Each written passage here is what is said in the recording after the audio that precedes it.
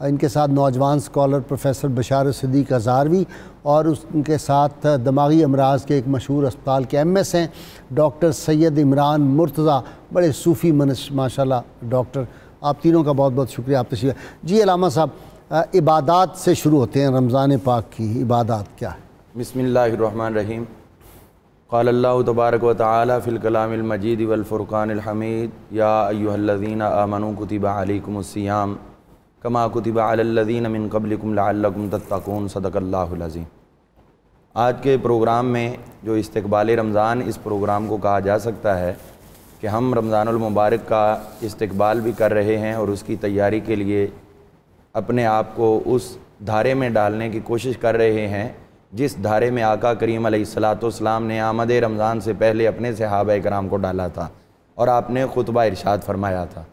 تو سب سے پہلی بات تو یہ ہے کہ ماہ رمضان المبارک آ رہا ہے، تو اس کے آداب کے حوالے سے جو امام غزالی رحمۃ اللہ تعالی علیہ نے حدیث پاک بیان فرمائی ہے احیاء علوم الدین کے اندر، آپ فرماتے ہیں کہ رمضان تو اللہ تعالیٰ کے ناموں میں سے ایک نام ہے، اور اس لیے اس مہینے کی جب بات آئے تو اس کے ساتھ کوئی لفظ بڑھا لیا کرو، شہر رمضان یعنی ماہ رمضان کہو، رمضان المبارک کہو، تاکہ جس سے پتہ چل جائے کہ اللہ کے نام کے بجائے یہ مہینے کے نام کے ساتھ استعمال ہو رہا ہے اور اس کا تقدس بھی واضح ہو جائے۔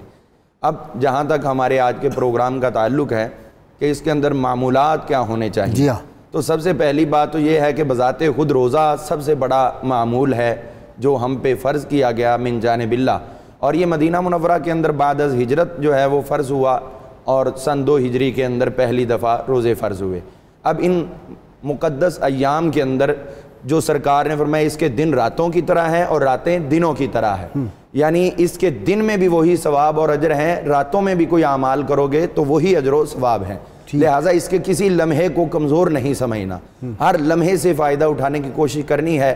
صحابہ کرام اور خدا کا کریم علیہ السلام کے معمولات کو اگر ہم دیکھیں تو ہمیں پتہ چلتا ہے کہ حضور صلی اللہ علیہ وسلم اس مہینے کی راتوں کو اپنے اہل و عیال کو بھی جگایا کرتے تھے اور فرماتے تھے کہ راتوں کو سو نہیں بلکہ اٹھ اٹھ کے اللہ تعالیٰ کی عبادت کرو۔ اس کے اندر نوافل کی کثرت، تلاوت کلام اللہ کی کثرت، ذکر اذکار کی کثرت، اور خصوصیت سے وہ برائیاں جو عام زندگی کے اندر عام لوگ کرتے ہیں اور اللہ تعالیٰ نے منع کیا ہے، ان مقدس ایام کی تقدیس کے اظہار کے لیے ان برائیوں سے مزید جو ہے وہ بچنا ہے، اور اسی لیے کہا کہ روزے فرض کیے گئے ہیں لعلکم تتقون، تاکہ تم پرہیزگار بن سکو۔ غازی صاحب، اگر ہم صحابہ کرام رضوان اللہ علیہ مجمعین کے معمولات کو دیکھتے ہیں تو وہ اپنے معمولات کو حضور کی زندگی سے انہوں نے معمول بہا بنایا۔ حضور صلی اللہ علیہ وسلم کے بارے میں حضرت ام المؤمنین عائشہ صدیقہ طیبہ طاہرہ سلام اللہ علیہ فرماتی ہیں کہ جب ماہ سیام آتا تو اس وقت حضور صلی اللہ علیہ وسلم اپنا کمر بند جو ہے وہ باندھ لیتے اور تیاری کر لیتے، اور اس مہینے کے اندر اتنی سخاوت کرتے، یعنی یہ اس مہینے کی خصوصیت ہے، سخاوت کرتے جیسے تیز دھار بارش ہو، اس کے قطروں کو کوئی شمار نہیں کر سکتا، ویسے حضور علیہ السلام کی سخاوت کو بھی شمار نہیں کیا۔ اچھا بشارت، یہ جو کمر بند ہے یہ بھی بعض لوگوں کو نہیں سمجھ آتی، عرب میں رواج تھا، اب بھی ہے کہ وہ ایک پٹی جو ہوتی ہے اس کو کمر پہ باندھ لیتے ہیں، پیٹی جس طرح ہوتی ہے چوڑی اتنی ہاتھ جتنی، اس سے یہ ہے کہ وہ کمر کو ذرا سہارا رہتا ہے۔ محنت کے لیے اس استعمال۔ جی، عبادات اور فضائل رمضان پاک۔ بسم اللہ الرحمن الرحیم۔ غازی صاحب، حضور سے نبی کریم صلی اللہ علیہ وسلم کے جو معمولات ہیں ماہ رمضان المبارک کے اندر، ان میں نماز تراویح کا ذکر ہے، قرآن مجید کی تلاوت کا، صدقہ خیرات کا ذکر احادیث کے اندر ملتا ہے۔ حضور نبی کریم صلی اللہ علیہ وسلم نے ارشاد فرمایا کہ ماہ رمضان کی راتوں میں جو شخص ایمان اور احتساب کے ساتھ قیام کرتا ہے تو وہ گناہوں سے اس طرح پاک ہو جاتا ہے جس طرح بطن مادر سے وہ گناہوں سے پاک نکلا تھا۔ نبی اکرم صلی اللہ علیہ وسلم کے معمولات کے اندر جو آج نماز تراویح ہم جماعت کے ساتھ ادا کرتے ہیں، یہ حضور صلی اللہ علیہ وسلم کے ان معمولات کا حصہ ہیں۔ کبھی حضور صلی اللہ علیہ وسلم نے ان کو بغیر جماعت کے ادا کیا اور کبھی جماعت کے ساتھ بھی انہیں ادا کیا۔ حضرت عائشہ صدیقہ، اس کو سنت موقدہ کا درجہ ہے؟ جی، سنت موقدہ ان کو کہا جاتا ہے، اور حضرت عائشہ صدیقہ رضی اللہ تعالیٰ عنہا راویہ ہیں، آپ فرماتی ہیں کہ حضور صلی اللہ علیہ وسلم ماہ رمضان میں نصف شب میں مسجد میں تشریف لے گئے اور آپ نے جماعت کروائی، اس کے ساتھ کچھ صحابہ کرام بھی شریک ہو گئے جو موجود تھے۔ صبح اس کا چرچا ہو گیا، اگلے دن تعداد زیادہ ہو گئی، تیسرے دن اور چرچا ہوا، تعداد اور زیادہ ہو گئی، تو چوتھے دن اس قدر صحابہ کرام تشریف لائے کہ مسجد کے اندر جگہ نہ رہی، لیکن حضور صلی اللہ علیہ وسلم اپنے حجرہ مبارکہ سے تشریف نہ لائے اور نماز فجر کے لیے آئے، اور اس کے بعد آپ نے صحابہ کرام سے فرمایا کہ میں جانتا تھا کہ تم آئے ہو، لیکن میں اس لیے نہیں آیا نماز تراویح کے لیے کہ کہیں اللہ رب العزت ان کو فرض نہ کر دے اور تم اس کی ادائیگی سے عاجز نہ آ جاؤ۔ تو نماز تراویح بغیر جماعت کے ساتھ بھی اور جماعت کے ساتھ بھی اس کا ذکر احادیث میں ملتا ہے۔ پھر تلاوت کلام مجید، حضور نبی کریم صلی اللہ علیہ وسلم، لیکن بعد میں تو سیدنا عمر فاروق رضی اللہ تعالیٰ نے اس کو کر دیا، اور اب یہ تواتر ہے، اجماع امت ہے۔ میں اس میں تفصیل اصل آگے چل کر عرض کرنا چاہتا تھا، تو میں اشارہ دے دیتا ہوں کہ حضرت فاروق اعظم رضی اللہ تعالیٰ عنہ کے دور میں آپ نے حضرت ابی ابن کعب رضی اللہ تعالیٰ عنہ، قاری قرآن، بالکل، حضور نے ان کے بارے میں فرمایا تھا میری امت کا بہترین قاری دیکھنا ہو تو ان کو دیکھو۔ ان کو آپ نے فرمایا کہ آپ لوگوں کو جماعت کی صورت کے اندر نماز تراویح جو ہے وہ پڑھایا کریں۔ تو حضرت فاروق اعظم رضی اللہ تعالیٰ عنہ کے دور میں یہ سلسلہ شروع ہوا۔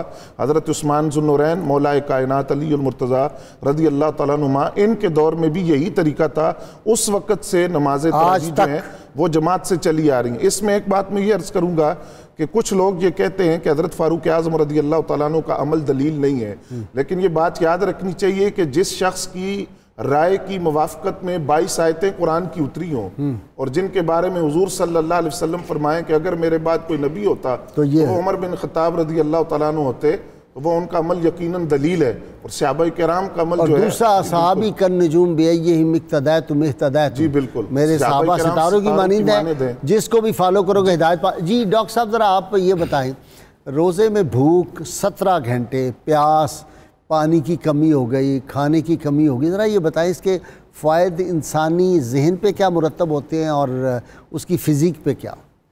بسم اللہ الرحمن الرحیم۔ سر بڑا ہی اچھا ٹاپک ہے، اور نیچرلی بینگ اے مسلمان یہ ہمارے لیے بہت ضروری ہے۔ جہاں تک روزے کے بینیفٹس ہیں روحانی انداز میں، اس سے کہیں زیادہ بینیفٹ جو ہے نا سر جسمانی طور پہ بھی اس کے فوائد حاصل ہوتے ہیں۔ اچھا سر دیکھیں، جہاں تک میں جسمانی فوائد کی بات کروں، دماغی طور پہ اور جو ہمارے گھروں کے ریلیشنز ہیں، میں اس کے بارے میں بات کروں گا، جو روزے سے سب سے بڑا بینیفٹ ہوتا ہے۔ دیکھیں آج کل جو ہے نا وہ سب سے بڑا مسئلہ یہ ہے کہ فیملیز میں لوگ آپس میں ایک دوسرے کو ٹائم نہیں دے رہے ہیں۔ ٹھیک، تو کم از کم سحری اور افطار کے وقت کم سے کم فیملی ممبرز ایک ساتھ بیٹھتے ہیں اور آپس میں ایک دوسرے کے ساتھ بات کرتے ہیں، جو سب سے زیادہ کمی پیدا ہو گئی ہے۔ اچھا، اس کے ساتھ جو اگلی بات جو ہوتی ہے، جو دماغ، اور یہ ہوٹلوں میں نہیں جانا چاہیے سر، یہ جو روز ہوتا ہے کہ جی اتنے کی افطاری فلانی مل رہی ہے اور وہاں چلے جاتے ہیں، اس کی بجائے گھروں میں افطار جو ہے۔ اچھا، اس بہانے افطار کے بہانے سے آپ کے ریلیشنز بھی بہتر ہوتے رہے ہوتے ہیں، اور اپنے رشتہ داروں کو، اپنے پڑوسیوں کو بلانے کا جو کانسیپٹ ہے ہمارے معاشرے میں، اس سے بھی آپ کی اچھی ریلیشن شپ بنتی ہے۔ بہت اچھی بات کی آپ۔ دوسری جو امپورٹنٹ بات نظر آتی ہے سر، جو ذہنی طور پہ میں سمجھتا ہوں، اچھا میرا سر 2-3 ایکسپیرینسز ایسے رہے اسپتال کے حوالے سے کہ لاسٹ رمضان میں میرے پاس ایک فیملی آئی ہے جس کے آپس میں بہت زیادہ ریلیشنز خراب تھے، اور اس کی وجہ جو تھی وہ نشے تھے۔ کچھ ان کے ہسبینڈ جو تھے نشے کرتے تھے، ہم نے ان سے ریکویسٹ کی کہ بھائی آپ روزے پہ اور نماز پہ توجہ دیں۔ اچھا، یہ تو ایک مذہبی بات تھی، لیکن اس کا نتیجہ یہ نکلا کہ جب جو بندہ روزہ رکھتا ہے تو وہ جب بھوک پہ اور پیاس پہ کنٹرول کر سکتا ہے، اور ساتھ ساتھ وہ نشوں پہ بھی کنٹرول کر رہا ہے، تو اس کا بیہیویئر چینج ہو گیا۔ جب بیہیویئر چینج ہوا، جو بات طلاق تک چلی گئی تھی، جو بچوں کو گھر سے نکالنے تک چلی گئی تھی، وہ بات وہاں پہ رک گئی، اور الٹیمیٹلی وہ اتنے شکر گزار ہوئے کہ وہ پوری فیملی جو ہے ہمارے پاس آئی اور انہوں نے شکر ادا کیا کہ آپ کی ایک چھوٹی سی بات سے سر۔ لیکن اس میں پریکٹیکل بات یہ ہے کہ اس پہ عمل کرنے کی بات ہے، اور اس طرح عمل کرنے پہ ہے کہ جس طرح اللہ اس کے رسول نے فرمایا۔ اچھا، روزے میں جو سب سے امپورٹنٹ چیز ہے جو ہمارے جسمانی طور پہ ہمیں فوائد دیتے ہیں، وہ ہمارے ڈائجسٹو سسٹم یعنی معدے کا نظام ہوتا ہے۔ تو خیال تو یہ رکھنا چاہیے کہ جس طرح ہمارے سحری میں بے تحاشا کھانا اور افطار میں بے تحاشا کھانا، 4 پراٹھے، وہ اس سے اگر پرہیز کریں تو اس کی سب سے بڑا جو بینیفٹ ہوتا ہے وہ ہارٹ ڈیزیز سے بچنے کا ہوتا ہے۔ اچھا، ہارٹ ڈیزیز کیونکہ ہائپر ٹینشن ہوتی ہے، بلڈ پریشر کا ہائی ہونا ہوتا ہے، وہ اس زمانے میں کم ہو جاتا ہے، تو آپ کے دل کے امراض کم ہو جاتے ہیں۔ ٹھیک، اور اس کے ساتھ ساتھ جو دماغ کی جو سپلائی ہے بلڈ کی وہ بہتر ہو جاتی ہے، تو یادداشت اور اس پہ زیادہ اثر اچھا پڑتا ہے۔ اچھا، جو ہم پورے سال بڑی ایکٹیویٹیز کرتے ہیں کہ جی ہم ایکسرسائز کریں گے، ہمارا ویٹ کم ہو جائیں گے، اگر ہم صحیح طریقے سے سحری اور افطار کریں تو ہمارا ویٹ جو ہے نا وہ بہترین طریقے سے کم ہو سکتا ہے اگر ہم صحیح سحری اور افطار کریں. ادروائز اوور ویٹ بھی ہو جاتے ہیں لوگ کھا کھا. ٹھیک، بالکل ٹھیک. یہ اس کا بڑا امپیکٹ آ رہا ہوتا ہے. لیکن وہ دوسرے کے گھروں میں جب جاتے ہیں تو پھر سر اس کا بھی بہت بڑا اثر ہوتا ہے. اور ساتھ ساتھ جو ہم یہ نماز، جیسے پہلی بات ہو چکی ہے کہ نماز جو ہے نا بہت زیادہ اس کا افیکٹ کرتا ہے ہماری پوری باڈی پہ. تو جو لوگ پراپر تراویح 20 تراویح جب پڑھ لیتے ہیں، 20 تراویح جب پڑھتے ہیں تو کم سے کم 5 کلومیٹر واک کے برابر جو ہے نا وہ 20 تراویح بنتی ہے. تو بڑا فائدہ ہے. اتنا بڑا افیکٹ آتا ہے. افطاری کر لی اور اس کے بعد اگر عشاء کی نماز اور پڑھی تراویح تو وہ تو بندہ فٹ ہو گیا. بہترین فٹ آدمی ہوتا ہے اور اس کی بہت اچھی فیلنگز ڈیولپ ہو جاتی ہیں جو ریلیشن شپ پہ اثر پڑتی ہیں. اچھا ریلیشن سر گھر سے پھر محلہ اور معاشرہ اس سب پہ بہت زیادہ امپیکٹ آتا ہے. تو ہر علامہ صاحب پھر واپس آتے ہیں ہم تراویح کا بتائیں ذرا. ہاں جی، تراویح کے حوالے سے میں سمجھتا ہوں کہ باجماعت اگر تراویح ادا کرتے ہیں تو اس میں بھی فیضان سیدنا مولا علی المرتضیٰ شیر خدا ہے. وہ ذرا سمجھائیں کس طرح. یہ تنبیہ الغافلین کے اندر فقی ابو اللہ سمرقندی رحمۃ اللہ علیہ بیان کرتے ہیں، اور یہ امام ابو نعیم اور امام بہقی امام حاکم سے پہلے کے دور کے ہیں، حنفی محدث ہیں، انہوں نے بھی تفصیل بیان کیا ہے. اور امام بہقی نے شعب الایمان کے اندر کتاب الاوقات کے اندر اس روایت کو جو ہے بتقارب الفاظ بیان کیا ہے. حضرت مولا علی المرتضیٰ شیر خدا کرم اللہ تعالی وجہ الکریم آپ اپنے دور حکومت میں بیان فرما رہے اپنے پاس بیٹھے ہوئوں کو کہ یہ جماعت تراویح کی شروع کیسے ہوئی. تو آپ فرمانے لگے کہ یہ اصل میں نے بات بتائی تھی، حدیث پاک سنائی تھی حضرت عمر فاروق رضی اللہ عنہ کو کہ حضور صلی اللہ علیہ وسلم نے ارشاد فرمایا کہ جب ماہ رمضان المبارک شروع ہوتا ہے تو اللہ تعالیٰ کے عرش کے قریب ایک مقام ہے جس کو حضیرۃ القدس کہتے ہیں، اور وہاں اللہ کے وہ فرشتے ہیں جو ہماتن عبادت میں مصروف ہوتے ہیں. اور جب یکم رمضان المبارک آتی ہے تو اس وقت اللہ تعالیٰ سے وہ فرشتے اذن مانگتے ہیں، یا اللہ ہمیں اجازت دیں ہم زمین پہ جائیں، تیرے جو بندے عبادت کر رہے ہوں ہم ان کے ساتھ جا کے مصافحہ کریں اور ان کے لیے دعائیں کریں، ان کو مس کریں. اور پھر جس کو وہ مس کر لیں یا ان کو کوئی اور مس کر جائے تو اللہ تعالیٰ کی ہماتن رحمت اس بندے کے اوپر جاری ہو جائے. واہ، یہ تو کمال ہے جی. ہاں جی. تو آپ نے جب یہ بات حضرت عمر فاروق کو بتائی تو وہ کہنے لگے اس کا مطلب ہے کہ جو حضور نے فرمایا اس کا پھر کوئی اور حقدار ہو نہ ہو، ہم تو اس کے زیادہ حقدار ہیں. آپ ایسا کریں لوگوں کو تھوڑا سمجھائیں. ایک روایت تو حضرت ابی ابن کعب کی تو مشہور ہے، لیکن یہ جو میں عرض کر رہا ہوں اس میں انہوں نے کہا کہ آپ لوگوں کو تھوڑا پروموٹ کریں اس بارے میں، تو میں اس پہ فیصلہ کرتا ہوں. تو پھر اگلے دن جب آپ آئے ہیں تو پھر حضرت ابی ابن کعب والا معاملہ دیکھا تو پھر سب کو انہوں نے ایک جماعت کی صورت میں جمع فرمایا. تو یہ فیضان اہل بیت تراویح کے اندر بھی شامل ہے. سبحان تو اس کے بعد اگر ہم مزید تراویح کے اندر دیکھتے ہیں تو سیدھی سی بات یہ ہے کہ یہ وہ ایام ہیں کہ تنہا عبادت کرو تو بھی ثواب ہے، باجماعت کرو تو بھی ثواب ہے. اگر ایک جماعت کا ثواب 27 درجے ہے تو ماہ صیام کی برکت سے اگر ایک تراویح کو 27 جماعت کے ساتھ اور پھر اس کو 70 گنا کر دیں تو ایک رات کے اندر ہزاروں رکعتوں کی ادائیگی کا ثواب اللہ عطا فرمائے. 700 گنا کا ثواب بھی تو ہے. 700 گنا وہ بھی شامل کر دیں. یعنی ہماری کاؤنٹنگ تو فیل ہو سکتی ہے لیکن ثواب اللہ کتنا عطا فرما سکتا ہے وہ ہماری سمجھ سے باہر ہے. اب اس میں دیکھیں اس میں ہوتا کیا، قرآن پاک کی کثرت سے تلاوت. ہم اپنے اکابرین کو دیکھتے ہیں، حضرت امام اعظم ابو حنیفہ رضی اللہ تعالیٰ عنہ آپ اس ماہ مقدس میں 61 قرآن پاک ختم فرمایا کرتے تھے. حضرت سیدنا امام شافعی رحمۃ اللہ علیہ، حضرت علی رضی اللہ تعالیٰ کے بارے میں نے پڑھا ہے کہ ہر رات میں ایک قرآن پاک ختم کرتے تھے سیدنا علی المرتضیٰ. جی اسی طرح حضرت سیدنا امام شافعی رحمۃ اللہ علیہ 60 قرآن پاک، امام بخاری 30 قرآن پاک مکمل فرمایا کرتے تھے. اور حضرت بابا فرید الدین گنج شکر رحمۃ اللہ تعالی علیہ آپ فرماتے ہیں اپنے دادا مرشد پاک پردادا مرشد پاک حضرت سیدنا عثمان ہرونی رحمۃ اللہ تعالی علیہ ان کے حوالے سے آپ فرماتے ہیں کہ وہ بھی ماہ صیام میں 30 قرآن پاک پڑھا کرتے تھے. یہ جب آپ نے باتیں بتائیں تو پھر کہنے لگے کہ جب ہمارے اکابرین ایسا کرتے رہے تو پھر ہم کیوں نہ کریں. تو لوگوں نے کہا حضور ہم حاضر ہیں. انہوں نے کہا آج تراویح میں ہمیں وہ قرآن پاک سنائے جس کو زیادہ آتا ہو. تو کوئی بھی نہیں. آپ نے فرمایا پھر اب میں جماعت کرواتا ہوں. تو آپ نے اس وقت جماعت کروائی اور مکمل رات تراویح ادا کرتے رہے اور 2 قرآن پاک آپ نے تراویح میں ختم فرمایا. ایک رات میں 2 قرآن پاک. جی 2 قرآن پاک آپ نے ختم فرمایا. تو یہ آپ کا پھر اس کے بعد معمول چل گیا. وہ زبان بھی صاف تھی، ادائیگی بھی صاف تھی. تو اس لیے یہ ہمارے اکابرین جو ہیں ان کی یہ برکتیں ہیں کہ انہوں نے لوٹی بھی ہیں اور آگے بھی انہوں نے لوگوں میں تقسیم فرمائی. ویسے بشارت رات کو پھر تہجد کا بھی مزہ رمضان چیز میں تو دوبالا ہو جاتا ہے پھر. بالکل غائب صاحب، حضور صلی اللہ علیہ وسلم کے معمولات میں جو 11 رکعت کا ذکر ہمیں ملتا ہے اس سے مراد یہی ہے کہ 8 رکعت جو تھی وہ نماز تہجد اور 3 جو تھے وہ وطر آپ ادا کرتے تھے، تو وہ یہ 11 رکعت تھی۔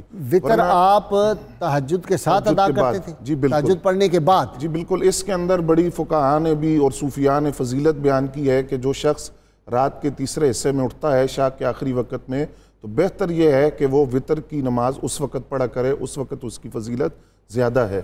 اس لیے یہ جو 11 رکعت ہیں اس سے مراد 8 رکعت نماز تہجد اور 3 رکعت جو ہیں وہ وطر کی رکعت، 20 رکعت نماز تراویح حضور صلی اللہ علیہ وسلم کا بھی معمول تھا اور صحابہ کرام کا بھی یہی معمول تھا۔ نماز وطر کے تہجد کے حوالے سے حضور صلی اللہ علیہ وسلم نے ارشاد فرمایا، مومنین کی بزرگی قیام اللیل کے اندر ہے اور ان کی عزت لوگوں سے استغنا میں ہے۔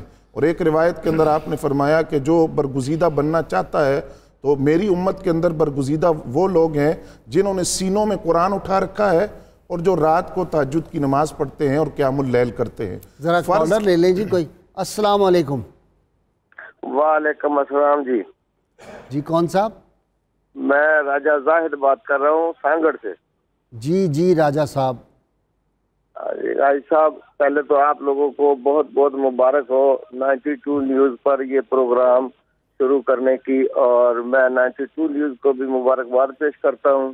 مہربانی کہ اتنا اچھا پروگرام آپ نے شروع کیا ہے، اس سے پہلے پاکستان میں کسی ٹی وی پر ایسا پروگرام نہیں پیش کیا۔ الحمدللہ الحمدللہ، بس آپ کی دعائیں بھائی۔ کیونکہ بزرگوں کی جو آپ پیش کرتے ہیں آج دن تک، کیونکہ یہ اکھنڈ بھارت میں ان بزرگوں نے ہی دین اسلام کی جی کوئی شک نہیں۔ تو سوال آج کے حوالے سے سوال یہ ہے آپ سے کہ میں شوگر کا پیشنٹ ہوں، رمضان روزے نہیں رکھ سکتا ہوں، تو اس کے لیے مجھے کیا ہدیہ دینا پڑے گا یا کس طرح، یہ سوال۔ ٹھیک ہے، ویسے پوچھ لیتے ہیں، شوگر کا تو میں بھی مریض ہوں، روزے تو ہم رکھتے ہیں، اس کے لیے آپ اپنے ڈاکٹر سے ویسے مشورہ کریں، لیکن میں تاہم ڈاکٹر صاحب سے دوبارہ پوچھ لیتا ہوں۔ جی دوسرے کالر بھی دے دیں جی۔ السلام علیکم۔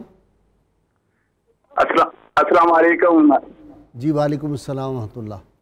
ناصر بات کر رہا ہوں چشمہ سے سر، میاں والی۔ اچھا جی جی ناصر صاحب۔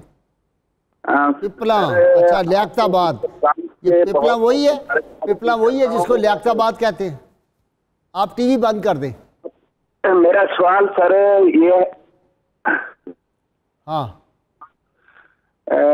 اگر کوئی روزہ جان بوجھ کے توڑتا ہے اس کا کفارہ کیا ہے، اس کی سزا کیا ہے، اور اس کے بارے میں کیا حکم ہے سر؟ ٹھیک ہے، یہ پپلا وہی جگہ ہے جہاں حافظ مظہر صاحب رحمۃ اللہ علیہ ہوتے تھے، یہ وہی جگہ ہے نا؟ جی جی، حافظ مظہر قیوم صاحب جو ہے وہ پپلا میں ہوتے ہیں، اور یہاں خانقاہ سراجیہ جو ہے ہمارے چشمے کے ساتھ ہے۔ ہاں مجھے سمجھ آ گئی، وہ بہت بڑے ولی اللہ تھے حافظ مظہر قیوم رحمۃ اللہ علیہ، بہت بڑے ولی اللہ ہوئے ہیں۔ جی میں جواب نہ لے لوں علامہ صاحب سے؟ چلیں اچھا جی علامہ صاحب میں بریک پہ جا رہا ہوں، آپ نے بتانا ہے کہ آدمی شوگر کا مریض ہے، وہ کہتا ہے میں روزہ نہیں رکھ سکتا، کوئی بہت زیادہ ہوگی، اس کا اسلامی حوالے سے اور اس کا فدیہ کیا ہوگا اگر وہ دے اس کا کوئی صدقہ، اور ڈاکٹر صاحب آپ بتائیں گے کہ وہ کیا کرے۔ ناظرین کرام آپ دیکھ رہے ہیں رمضان پاک کی برکات، اس کا ایک ایک لمحہ جو ہے وہ زندگیوں کا حاصل ہے، اس کو ہم نے ضائع نہیں کرنا، اس کے میکسیمم روحانی جو فائدے ہیں اللہ کریم سب کو توفیق دے وہ ہم نے حاصل کرنے ہیں، اس کی راتوں کا فائدہ اٹھانا ہے، دن کا اٹھانا ہے، اور ایک دفعہ میرے کہنے پہ 2 نفل شروع کر دیں آپ تہجد کے، یہ رمضان پاک میں صرف 2 نفل، اذان سے پہلے اٹھ جائیں، جب سحری کریں تو 2 نفل پڑھنا شروع کریں، پھر دیکھیں آپ کیا لطف اور کیا برکات انشاءاللہ تعالیٰ آپ کو نصیب ہوتی ہیں، پھر آپ زندگی بھر چھوڑ نہیں سکیں گے اس لطف کو، کیونکہ اقبال نے کہا تھا کہ عطار ہو، رومی ہو، رازی ہو، غزالی ہو، کچھ ہاتھ نہیں آتا بے آہ سحرگاہی۔ ہمارے ساتھ رہیے گا، حاضر ہوتے ہیں۔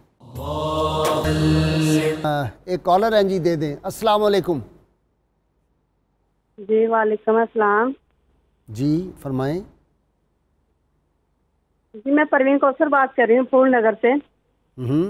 بتائیں بھائی میں نے یہ پوچھنا تھا، مجھے سانس کا پرابلم ہے، تو میں نا روزے کے دوران میں نا انہیلر یوز کرتی ہوں، اچھا شہری میں اور افطاری میں اپنی میڈیسن مکمل کرتی ہوں، لیکن میں روزہ نہیں چھوڑتی تو میں انہیلر یوز کرتی ہوں۔ تو جیسے کہ یہاں کے لوگ کہتے ہیں کہ انہیلر نہیں یوز کرنا چاہیے، یہ کنفرم کروانا تھا کہ میں انہیلر نہیں یوز کر سکتی، انہیلر کے بغیر میرا گزارا نہیں ہے۔ دوسری یہ بات ہے کہ تراویح کے بارے میں نے پوچھنا تھا۔ یہ آپ افطاری سحری میں انہیلر یوز کرتی ہیں یا دن کو بھی، روزے میں؟ نہیں دن کو انہیلر یوز کرتی ہوں۔ اچھا ٹھیک ہے ٹھیک جی دن کو شام کے ٹائم جیسے سانس بہت پرابلم ہو جاتی ہے پھر مجھے انہیلر یوز کرنا پڑتا ہے۔ دوسری یہ بات ہے کہ میں تراویح پڑھتی ہوں نا، دوسرا میرا سوال یہ ہے کہ میں تراویح گھر میں پڑھتی ہوں اور میں جیسے جیسے نماز پڑھتی ہوں نا ویسے میں نے 20 تراویح الحمدللہ میں پوری کرتی ہوں، نوافل بھی پڑھتی ہوں۔ لیکن لوگ کہتے ہیں کہ بھئی جیسے قرآن شریف پڑھا جاتا ہے، میں حفظ نہیں ہوں، حافظ نہیں، میں ویسے ہی پڑھتی ہوں جیسے عام پڑھتے ہیں، جیسے نماز پڑھتے ہیں ایسے ہی میں۔ جی ٹھیک ہے، میں سمجھ گیا جی سوال۔ جی نیکسٹ کالر دے دیں۔ السلام علیکم۔ السلام علیکم۔ جی وعلیکم السلام ورحمۃ اللہ۔ کون صاحب؟ سید ظفر جیلانی بول رہا ہوں فیصل آباد سے۔ جی شاہ صاحب کیسے ہیں آپ؟ خیریت سے ہیں؟ الحمدللہ الحمدللہ۔ جی شاہ صاحب حکم فرمائیں، حکم فرمائیں۔ بھائی صاحب گزارش یہ تھی کہ وہ جو وتر ہے اس کے عشاء کے اگر ہم تہجد میں پڑھیں اور تہجد کے نوافل کے بعد پڑھیں تو وہ عشاء کے ترتیب اور تواتر نماز میں فرق نہیں پڑ جائے گا؟ یعنی نماز میں فرق پڑ جائے گا اگر وہ تہجد کے ساتھ پڑھیں؟ جی عشاء کی نہیں وہ تو افضل ہے، نہیں وہ تو افضل ہے کہ تہجد، وہ تو بتا چکے ہیں کہ تہجد کے ساتھ وتر پڑھنے کا زیادہ فضیلت ہے، زیادہ فضیلت۔ پیچھے یہ کہہ رہے، ہاں جی یہ کہہ رہے ہیں کہ تہجد سے پہلے پڑھنے ہیں، شروع کرنے سے پہلے، میرا تو خیال تھا پہلے یا بعد میں پڑھنے۔ یہ پہلی بات تو یہ ہے کہ ماہ صیام کی یہ خصوصیت ہے کہ اس کے اندر جو وتر پڑھنے ہیں وہ ہم نے نماز تراویح کے ساتھ پڑھنے اور باجماعت پڑھنے۔ اچھا عام ایام میں جو ہے وہ تہجد کے نفل پہلے پڑھیں اور اس کے بعد آخر میں وتر پڑھیں۔ 11 مہینوں تہجد پہلے پڑھیں، ہاں جی 8، اس کے بعد پھر 3 وتر پڑھیں، اس کے بعد 3 وتر پڑھیں۔ تہجد 12 رکعت تک بھی ہیں اگر وہ پڑھ لیں۔ ہاں تو یہ عام دنوں میں، عام دنوں میں رمضان شریف میں تو وہ باجماعت ہی ہو جاتی ہے۔ اور یہ رمضان المبارک کی ہی فقط خصوصیت ہے کہ وتروں کی جماعت اگر مل رہی ہے تو وہ صرف ماہ رمضان المبارک میں مل رہی ہے تراویح کے ساتھ، ورنہ پورے سال میں ہم اس کی جماعت نہیں کروا سکتے۔ اور پھر اس کے بعد یہ، بلکہ اس میں یہ بھی فیضان مولا علی المرتضیٰ شیر خدا ہے کہ وتروں کی جماعت حضرت عمر فاروق رضی اللہ عنہ کے دور میں، حضرت عثمان کے دور میں نہیں ہوتی رہی، وتروں کی جماعت آپ نے شروع کروائی۔ ٹھیک ہے اچھا جی ذرا ادھر آ جائیں۔ یہ ایک تو جو ہے نا، یہ پہلے خاتون کا جواب دے دیں، وہ انہیلر یوز کرتی ہیں، دمے کا مسئلہ ہوتا ہے نا تو منہ میں رکھ کے ایسے اندر لیتی، تو وہ کہتے ہیں پھر روزہ رہے گا؟ تو اس کے اندر جو ہے نا جی، اگر تو وہ جا رہی ہے چیز معدے کے اندر تو پھر تو فاسد ہو جائے گا۔ معدے میں تو نہ جائے لیکن یہ لنگز میں تو جاتی ہے۔ ہاں جی اس کے اندر پھیپھڑوں میں جی کچھ گنجائش فقہا نے، چونکہ جدید مسئلہ ہے تو فقہائے جدیدہ نے کچھ اس کے لیے گنجائش دی ہے کہ جس طرح جو ہے وہ اگر واقعی سانس الٹ رہا ہو، معمول بنا کے نہیں، واقعی اس طرح کا ہے تو پھر اس کو استعمال کیا جا سکتا ہے، ورنہ اسے اور روزہ رہ جائے گا؟ جی روزہ رہے گا۔ اچھا جی چلیں جی اگلا آ گیا کہ وہ ذیابیطس کے مریض شوگر کے فدیہ کیا دیں؟ ہاں جی شوگر کے مریض جو ہیں اگر واقعتاً شوگر ایسی ہے کہ، ورنہ یہ روزہ تو بذات خود شفا ہے، یہ بیماریوں سے بچانے کا ایک ذریعہ ہے، تو اگر تو واقعتاً روزے کو روزے کی ہی صورت میں رکھیں تو اللہ تعالیٰ اس میں فضل فرماتا ہے، لیکن اگر فی الوقت ایسی صورتحال ہے تو اس کے اندر فدیہ جو ہے وہ ایک کسی بندے کو، روزہ دار کو جو حقدار ہے اس کو صبح یعنی سحری اور افطاری وہ دیتے رہیں جتنا وہ کھاتا ہے عام حالات میں، تو یہ آپ کی طرف سے جو ہے وہ فدیہ۔ جی ڈاکٹر صاحب ذرا آپ بتائیں، شوگر کا مریض ہے اور روزہ رکھ سکتا ہے؟ وہ کہہ رہے ہیں نہیں رکھ سکتا۔ سب سے 2 امپورٹنٹ باتیں، پہلی بات تو ہے کہ اگر شوگر ہے اور وہ اس کو آپ مینٹین کر سکتے ہیں نارمل لیول پہ تو وہ شوگر میں رمضان میں اس کو بڑا فائدہ ہوتا ہے اور وہ بڑی مینٹین رہتی ہے۔ دوسری بات یہ ہے کہ اگر انسولین ڈیپینڈنٹ شوگر ہے، انسولین لے رہے ہیں تو بھی ڈاکٹر سے مشورہ ضرور کرنا چاہیے کہ کتنی رینج تک کے انسولین کے لینے کی وجہ سے بھی روزہ رکھا جا سکتا ہے۔ اگر ڈاکٹر یہ کہتا ہے کہ بھئی آپ انسولین کے ساتھ روزہ رکھ سکتے ہیں، آپ کے اوپر کوئی افیکٹ زیادہ نہیں آئے گا تو پھر آپ روزہ رکھیں، نہیں تو پھر جیسے ڈاکٹر کہہ رہا ہے ان رپورٹس کے حساب سے فیصلہ کرنا چاہیے، مطلب خود اس میں فیصلہ نہیں کرنا چاہیے۔ نارملی لوگ کہتے ہیں کہ سحری کے وقت نہیں انسولین لگانی چاہیے تاکہ دن کو شوگر نہ کم ہو جائے، اور جب روزہ کھولنے کا وقت ہو تو پھر انسولین لیں۔ لیکن یہ ڈیپینڈ کرتا ہے کہ فزیشین آپ کا پرسن ٹو پرسن ویری کرتا ہے، اور فزیشین جو آپ کو گائیڈ کرے اس پہ آپ کو ضرور عمل کرنا چاہیے، اور اپنا پرسنل ڈاکٹر جو ہے اس کو عمل کرنا چاہیے۔ جی معمولات اولیاء، معمولات صحابہ، جی نماز تہجد کے حوالے سے غازی صاحب آپ نے جو بات ارشاد فرمائی، میں بھی وہی عرض کرنا چاہ رہا تھا کہ ماہ رمضان نیکیوں کا موسم بہار ہے۔ اس کے اندر سحری کے لیے تو ہم نے بیدار ہونا ہے، 15-20 منٹ انسان پہلے اٹھ جائے، نماز تہجد ادا کرے تو انشاءاللہ یہ اس کا معمول بن جائے گا۔ 2 رکعتوں کی آپ نے بات کی، حضرت غوث اعظم شیخ عبدالقادر جیلانی رحمۃ اللہ علیہ نے غنیۃ الطالبین میں لکھا کہ جو شخص نماز عشاء کے بعد رات کے اخیر حصے میں 2 رکعتیں پڑھتا ہے، اس طرح کہ دونوں رکعتوں کے اندر سورہ فاتحہ کے بعد 20 مرتبہ سورہ اخلاص پڑھتا ہے، تو اللہ رب العزت اس کو جنت کے اندر 2 محلات عطا کرتا ہے. سبحان اللہ. اور اہل جنت کے ان محلات کا مشاہدہ کریں گے. تو حضور نبی کریم صلی اللہ علیہ وسلم نے جس نماز کو فرض نمازوں کے بعد سب سے زیادہ فضیلت والی نماز اور نوافل کے اندر سب سے زیادہ پہلے نمبر پر رکھا، تو اس نماز کو ماہ رمضان کے اندر یہ موقع ہے ہمارے لیے کہ ہم اس کو اپنی روٹین کے اندر داخل کر سکتے ہیں. ہم کالر لے لیں. السلام علیکم. جی ہیلو. جی فرمائیں. السلام علیکم. وعلیکم السلام. جی میں مسز کیانی بات کر رہی ہوں. جی خان سے. جی فرمائیں. میں ہمیشہ آپ کا بڑے شوق سے پروگرام دیکھتی ہوں. میرے میاں بھی ماشاءاللہ بہت شوق سے دیکھتے ہیں. اس پروگرام کے بغیر ہمارا گزارا نہیں ہوتا. بسم اللہ. بہت اچھا پروگرام ہے آپ کا ماشاءاللہ. تو میں نے آپ سے یہ پوچھنا تھا کہ یہ جو ہم لوگ تراویحیں پڑھتے ہیں تو اس میں چھوٹی جو صورتیں ہیں وہ پڑھ لیں تو اس کا کوئی حد تو نہیں ہے نا؟ بڑی صورتیں نہیں پڑھ سکتے بعض دفعہ، تو ایک ہی صورت یا 2 صورتیں 2 تراویحوں میں پڑھ لیں. یہ آپ خواتین کی بات کر رہی ہیں یا مردوں کی؟ جی خواتین کی. خواتین کی. ٹھیک ہے لے لیتے ہیں جو آپ دوسرے کالر دے دیں. جی السلام علیکم. اچھا جی علامہ صاحب آپ اس کا جواب دیں. وہ کہہ رہے ہیں کہ خواتین چھوٹی صورتیں پڑھ لیں گھر میں تراویح میں، انا آتا ہے نا کل کوثر قل ہو اللہ پڑھ لیں، کوئی حرج تو نہیں ہے؟ نماز تو ہو جائے گی، تراویح کی ادائیگی ہو جائے گی، لیکن جو قرآن پاک کی خیر و برکات ہیں اس کے وہ تو الگ ہے، لیکن ہو جائے گی تراویح. اس ضمن میں ابھی آپ نے جو پہلے بات کی تھی تراویح کے حوالے سے حضرت ابی ابن کعب رضی اللہ عنہ، تو جو ایسی خواتین ہیں ان کے حوالے سے صحیح ابن خزیمہ کے اندر جلد نمبر 3 میں یہ حدیث پاک موجود ہے کہ حضور صلی اللہ علیہ وسلم اپنے گھر سے باہر تشریف لائے تو مسجد نبوی شریف کے ایک کونے میں دیکھا کہ کچھ لوگ جو ہیں وہ حضرت ابی ابن کعب کی امامت میں نماز ادا کر رہے ہیں. اچھا. تو آپ نے فرمایا یہ کیوں پڑھ رہے ہیں؟ تو عرض کیا کہ حضور یہ وہ لوگ انہوں نے پیچھے اپنے جمع کیے ہوئے ہیں جن کو قرآن پاک نہیں آتا، تو لہٰذا وہ ان کے پیچھے پڑھ رہے ہیں. تو حضور صلی اللہ علیہ وسلم نے ان کے اس عمل کو پسند فرمایا اور فرمایا فقال رسول اللہ صلی اللہ علیہ وسلم قد اصابوا، انہوں نے یہ کام ٹھیک کیا ہے. تو اس کا مطلب ہے جس کو نہیں آتا تو وہ امامت کے ساتھ جو ہے وہ ادا کرنے کی کوشش کرے. اس لیے حضرت مولا علی مرتضیٰ شیر خدا کرم اللہ تعالیٰ وجہ الکریم جو ہیں وہ 2 امام مقرر کیا کرتے تھے، مردوں کے لیے الگ اور عورتوں کے لیے الگ. چونکہ مسجد کوفہ بہت زیادہ وسیع و عریض تھی جس کے اندر بیک وقت جو ہے وہ 50,000 کے قریب لوگ جا سکتے تھے. اب بھی دیکھیے میں نے بہت بڑی مسجد ہے. تو اس وقت جو اتنی طویل و عریض تھی تو آپ نے الگ الگ کیا، لہٰذا جو ادائیگی ہے وہ ہو جائے گی اگر صرف اور صرف یہ چھوٹی صورتوں کے ساتھ بھی پڑھیں. لیکن بہتر یہ ہے کہ یہ سماعت قرآن ہے جو قرآن پاک کا نور بتائیں یہ تو اپنے ذہنوں کے اندر جانا ہے اس کو. تو یہ تو ہو گیا مرد اگر کر رہا ہے امامت تو. جی عورت جو ہے وہ امامت تو نہیں کرا سکتی؟ جی عورت امامت کروا سکتی. وہ کس طرح؟ عورتوں کی عورت امامت کروا سکتی ہے. وہ کیسے؟ حضرت عائشہ صدیقہ آگے کھڑی ہوگی؟ نہیں آگے نہیں کھڑی ہوگی، بلکہ درمیان صف میں صرف 1 ایڑی کی مقدار ان سے آگے نکلیں گی، یعنی آدھا پاؤں ان سے آگے کھڑی ہوں گی اور باقی وہ جماعت کروائیں گی. حضرت ام المؤمنین عائشہ صدیقہ رضی اللہ عنہا، حضرت ام سلمہ رضی اللہ عنہا اور کئی جو امہات المومنین ہیں وہ امامت کروایا کرتی تھیں. اور یہ میں نے ابھی جو حدیث پاک پیش کی حضرت مولا علی نے بھی ایک عورت کو عورتوں کا امام مقرر کیا تھا. تو اگر نہیں ایسی کوئی صورتحال میسر آ رہی تو جہاں پہ مرد ہیں اگر با پردہ انتظام خواتین کا ہے تو وہ وہاں پر بھی جا کر ادا کر سکتی ہیں. اور جو بات کی گئی وطروں کے حوالے سے اور تراویح میں ڈیفرنس کے حوالے سے، اس کے اندر جو ہمیں 8 اور 3 وطر کی جو روایت ملتی ہے اس کی راویہ جو ہیں وہ حضرت ام المومنین عائشہ صدیقہ رضی اللہ عنہا ہے. اور حضرت عائشہ صدیقہ جو بات کر رہی ہیں وہ گھر کی کر رہی ہیں. باہر آپ نے تراویح پڑھی اور گھر کے اندر آپ نے نماز تہجد ادا کی. لہٰذا آڈینس کو یہ ذہن میں رکھنا چاہیے کہ نماز تراویح الگ نماز ہے اور نماز تہجد الگ نماز ہے. اور یہی صحیح مسلم کے اندر بھی حدیث پاک موجود ہے. صحابہ بیان کرتے ہیں کہ حضور صلی اللہ علیہ وسلم نے ہمارے ساتھ مسجد میں وہ نماز ادا کی رمضان المبارک میں، اس کے بعد گھر آئے تو پھر گھر میں آپ نے وہ نماز ادا کی جو آپ پہلے ادا کیا کرتے تھے.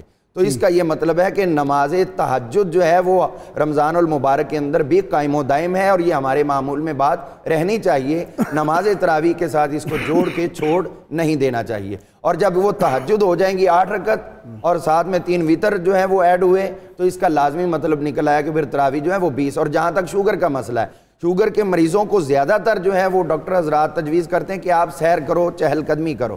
تو جب اتنی رکعتیں آپ بار بار سہارا نہ لیں چیئر کے اوپر بیٹھ کے نماز پڑھنے کا، آپ کوشش کریں کہ آپ پوری طرح جو ہے وہ رکوع، قیام، سجدہ زمین پہ جس طرح وہ کریں. تو میرا خیال ہے کہ بذات خود یہ تراویح ہی انسان کی شوگر کو جو ہے کافی حد تک کنٹرول کریں. کالر لے لیں. السلام علیکم. جی وعلیکم السلام. جی فرمائیں. کون؟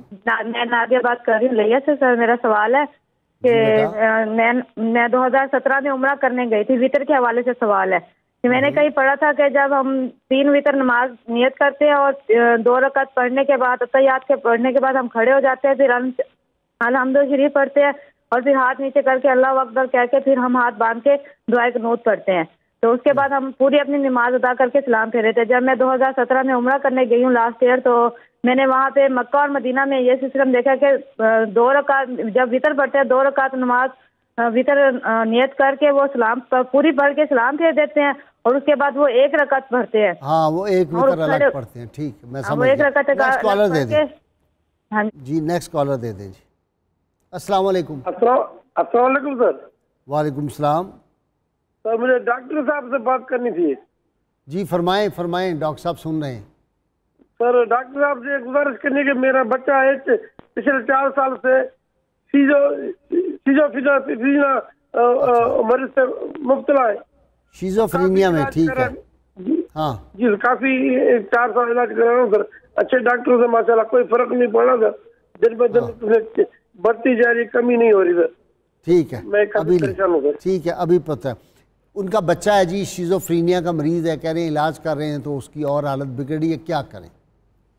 اسکیزوفرینیا کے جو مریض جتنے بھی ہوتے ہیں اس میں جو سب سے ضروری امپورٹنٹ چیز یہ ہے کہ ان کو آج کل تو پوری دنیا میں بہت اچھی میڈیسنز آ گئی ہیں، تو پراپر ان کا میڈیسن جو ہے نا وہ کھلانا اور جس ڈوز پہ وہ سیٹ ہو جائے وہ ڈوز کو بند نہیں کرنا. اچھا بدقسمتی ہمارے پاس یہ ہوتی ہے کہ جتنی بھی نفسیاتی بیماریاں ہیں اس میں لوگ شروع کرتے ہیں دوائیں اور کہتے ہیں جی کب تک کھانی ہے. میں تو کہتا ہوں کہ جی زندگی صرف 1 دن ہے اور اس 1 دن دوا کھانی ہے، تو ریگولر دوا کھلانی چاہیے. تو ریگولر اگر دوا کھلائیں گے اسکیزوفرینیا کے مریضوں کو تو کافی ٹھیک ہوتے ہوئے پراپر نارمل زندگی کو برتتے ہوئے میں نے دیکھا ہے. تو اس لیے جو ہے نا اسکیزوفرینیا کے مریضوں کے لیے جو دوا ڈاکٹر خاص طور پر جو سائیکیٹرسٹ سلیکٹ کرتے ہیں اس کی ڈوز سیٹ کر لیں، جس ڈوز پہ وہ سیٹ ہو جائے تو وہ انشاءاللہ وہ کافی بہتر ہو سکتے ہیں. آج کے سوال کا وقت ہو گیا. میں جب سوال سے واپس آؤں گا علامہ صاحب آپ نے جواب دینے. وہ کہہ رہے ہیں کہ حرم پاک میں 2 وطر کے بعد سلام پھیر کے پھر 1 وطر الگ پڑھتے ہیں، تو اس کی کیا پوزیشن ہے؟ اور ہمارے ہاں تو 3 وطر ہم پڑھ کے تو پھر سلام پھیرتے ہیں. یہ آپ نے جواب دینا ہوگا. ناظرین کرام ہم ہر روز آپ سے سوال پوچھتے ہیں، جو صحیح جواب دیں ان کو کسان آئل کی جانب سے ہم گفٹ پیش کرتے ہیں.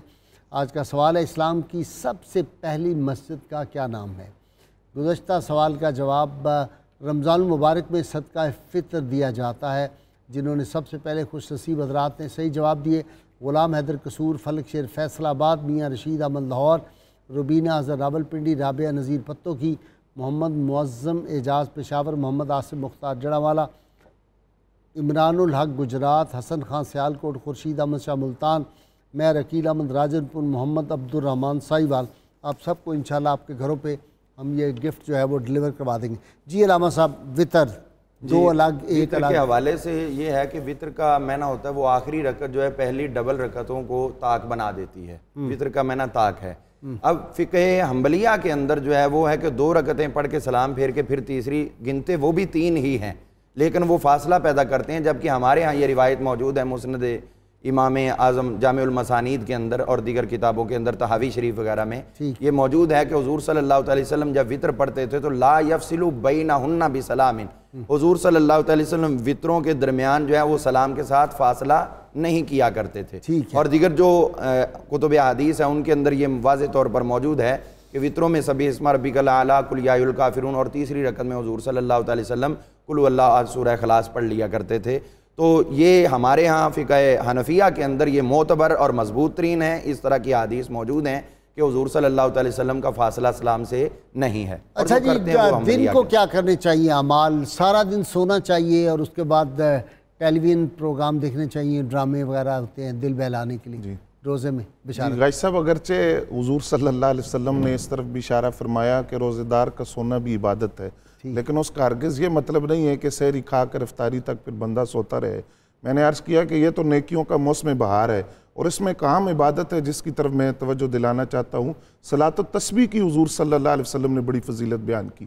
اپنے محبوب چچا حضرت عباس رضی اللہ تعالیٰ عنہ کو بطور تحفہ آپ نے اس کا طریقہ بتایا، اور آپ نے فرمایا کہ چچا میں آپ کو عطیہ نہ دوں ایک ایسی عبادت کہ جس کے ذریعے گناہ جو قصدن کیے ہوں، غیر ارادی طور پر کیے ہوں، خفیہ کیے ہوں یا ظاہراً کیے ہوں، رات کو کیے ہوں، دن کو کیے ہوں، بڑے ہوں یا چھوٹے ہوں، اس صلاۃ التسبیح کی برکت سے اللہ تعالیٰ ان کو معاف فرما دیتا ہے۔ تو دن کے وقت میں وقت نکال کر صلاۃ التسبیح کی ادائیگی 20 سے 25 منٹ اس پر لگتے ہیں، اور ہمیں اولیاء کرام کے معمولات میں بھی یہی بات ملتی ہے، خاص طور پر جمعرات اور نماز جمعہ سے پہلے صلاۃ التسبیح کی ادائیگی وہ کیا کرتے تھے۔ غازی صاحب یہاں یہ بات بھی میں عرض کروں گا کہ جو ہمارے فقہا ہیں ان کا جب ہم ماہ رمضان میں معمولات پڑھتے ہیں تو وہ یہ ہیں کہ ماہ رمضان میں وہ فقہی مسائل پر بحث اور مذاکرے چھوڑ دیتے تھے، اور فقہی مسائل کے اوپر بحث وغیرہ کرنے کی بجائے وہ عبادت کی طرف زیادہ توجہ کرتے تھے۔ اسی طرح ایک اور مسئلہ جس کی طرف میں توجہ دلانا چاہتا ہوں وہ ہے شبینہ جو ماہ رمضان کے اندر پڑھا جاتا ہے۔ اس میں حضور صلی اللہ علیہ وسلم کی تعلیمات کو ہمیں سامنے رکھنا چاہیے۔ نبی اکرم صلی اللہ علیہ وسلم نے قرآن مجید کو ٹھہر ٹھہر کر آرام کے ساتھ تلفظ کی صحیح ادائیگی کے ساتھ پڑھنے کا حکم دیا۔ اسی لیے فقہاء نے لکھا ہے کہ جو شبینہ پڑھا جاتا ہے ماہ رمضان کی راتوں میں زیادہ سے زیادہ 7 سے 10 دن اور کم سے کم 3 دن ہے۔ ایک رات کے اندر جب آپ شبینہ پڑھیں گے، قرآن مجید پڑھیں گے، تو نہ پڑھنے والا اس تلفظ کی صحیح ادائیگی کر سکے گا، نہ سننے والوں کو سمجھ آئے گی۔ تو قرآن مجید جو ہے اس کو ٹھہر ٹھہر کر، اور ماہ رمضان کے اندر یہ کوشش کریں کہ جو پڑھنا صحیح نہیں جانتے وہ کسی قاری قرآن سے تلفظ کی ادائیگی کے ساتھ صحیح طور پر اس کو سیکھ لیں، تو یہ بھی ماہ رمضان کی برکات میں۔ ڈاکٹر صاحب روزہ کھولتے ہوئے ڈھیر سارے پکوڑے اور وہ سموسے کھانے چاہیے، اس کے ساتھ پھر کوئی اور دودھ اور فلاں، اور اس کے بعد پھر پلاؤ زردہ جو بھی ہو، یہ کرنا چاہیے افطار صرف سر میں دو بجائے اس کے شفا ہونے کے بعض اوقات یہ افطاریوں کے بعد بیماری شروع ہو جاتی ہے، وہ ذرا بتا دیں۔ میں سر 2 امپورٹنٹ باتیں ساتھ ساتھ کر دوں کہ اس وقت پوری دنیا ریسرچ پہ ڈیپینڈ کرتی ہے۔ تو امریکہ کی یونیورسٹی نے ایک بہت بڑی ریسرچ کی جس میں انہوں نے کہا کہ جو فاسٹنگ ہے، روزہ رکھنا، یہ زندگی بڑھانے کے لیے بھی بہت بہترین چیز ہے۔ واہ، عمر بڑھ جاتی ہے۔ جی، عمر بڑھ جاتی ہے۔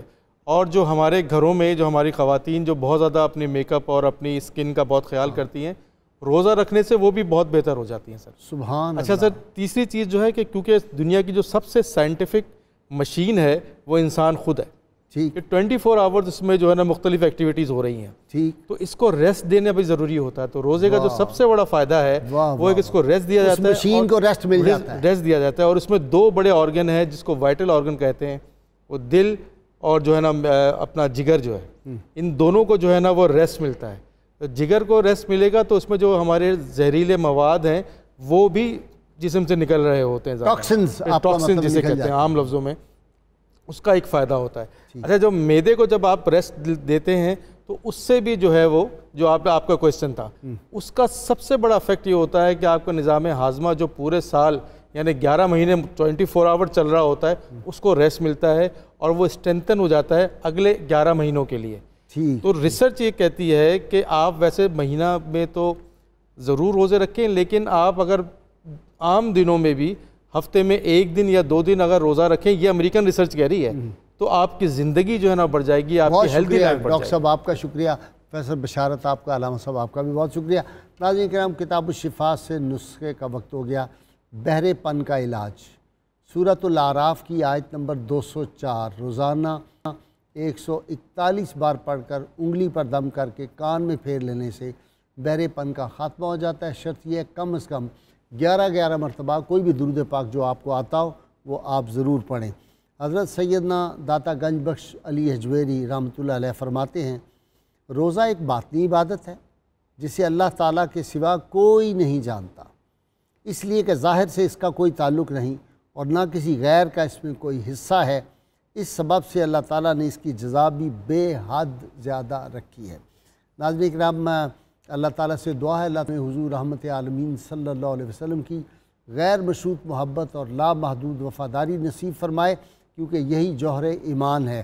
اور ناظرین کرام، اس سے پہلے کہ ہم وہ نعرہ لگائیں، میں دہرانا چاہتا ہوں کہ شام مدینہ کے عنوان سے انشاءاللہ پہلے روزے سے ہی میرا پروگرام ہوا کرے گا افطاری کے وقت. اس میں اگر آپ کو کوئی مدینہ منورہ کی یادوں کے حوالے سے ذاتی تجربہ ہو, کوئی اہم واقعہ پیش آیا ہو, تو وہ ہمیں اسکرین پہ جو نمبر ہے ان پہ واٹس ایپ آپ کر دیں. اس کو پھر ہم تھریش آؤٹ میری ٹیم کرے گی, اور اگر وہ واقعہ لوگوں کو واقعی سنوانے والا ہوا تو انشاءاللہ ہم آپ کو اپنا مہمان بنائیں گے رمضان پاک میں. آپ خود آ کے بنفس نفیس وہ واقعہ ہمارے ناظرین اور سامعین کے ساتھ شیئر کریں گے. اسی طرح کوئی مدینہ منورہ کے حوالے سے ایک شعر, مجھے لوگ شعر بھیجنا شروع کر دیتے ہیں, میں کہا جو سکرین پہ نمبر ہے اس پہ ہمارے اسکالرز کو بھیجیں تاکہ وہ ہماری ٹیم جو ہے اس کو دیکھ سکے. تو صرف ایک شعر بھیجیں, یہ نہیں ہے کہ کتاب اٹھائی فوٹو سٹیٹ کروا کے بعض لوگ 20 اشعار بھیج رہے ہیں, بعض نعتیں پوری بھیج رہے ہیں. کوئی ایک شعر جو آپ کو پسند ہو مدینہ منورہ کے حوالے سے وہ آپ ہمیں بھیج سکتے ہیں.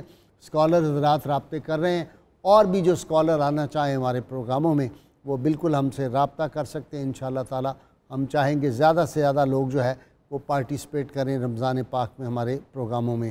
اور وہ نعرہ ہم نے نہیں بھولنا, آج کل اس کی بڑی ضرورت ہے. پاکستان کے خلاف سازشیں ہو رہی ہیں, اندرونی دشمن بھی بیرونی بھی, وہ لوگ جو پاکستان کا کھاتے ہیں اور زبان جو ہے وہ ہندوستان کی بولتے ہیں.